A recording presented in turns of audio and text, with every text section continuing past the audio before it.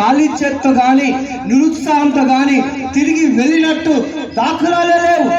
చరిత్ర సాక్ష్యం చెప్తుంది ఏంటిదంటే, యేసు దగ్గరకు వచ్చిన ఏ ఒక్క వ్యక్తి కూడా, దేవునికి స్తోత్రం కలుగును గాక, ఏ ఒక్క వ్యక్తి కూడా ప్రియదేవులారా నిరుత్సాహంతో వెళ్ళలేదు.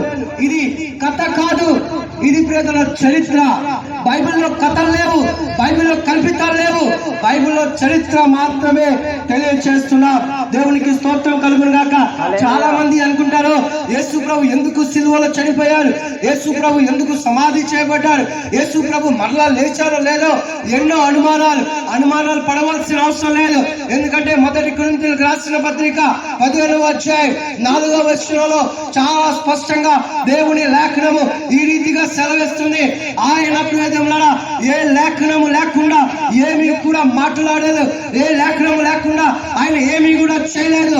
ఆయన పుట్టుక ముందే 700 సంవత్సరాల క్రితమే ప్రవక్త ద్వారా ప్రవచించబడింది.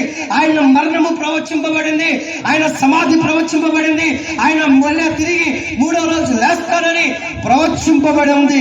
మొదటి కొరింథీయులకు రాసిన పత్రిక 15వ అధ్యాయం 3వ వచనం చదువుకుందాం.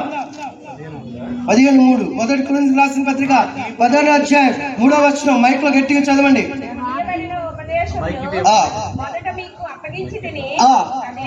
అదేమనగా లేఖనముల ప్రకారము క్రీస్తు ఎవరి పాపం నిమిత్తము యేసు ప్రభు అద్భుతాలు చేయడానికి మాత్రమే రాలేదు, యేసు ప్రభు స్వస్థతలు పరచడానికి రాలేదు, యేసు ప్రభు సూచక్రియలు చేయడానికి రాలేదు.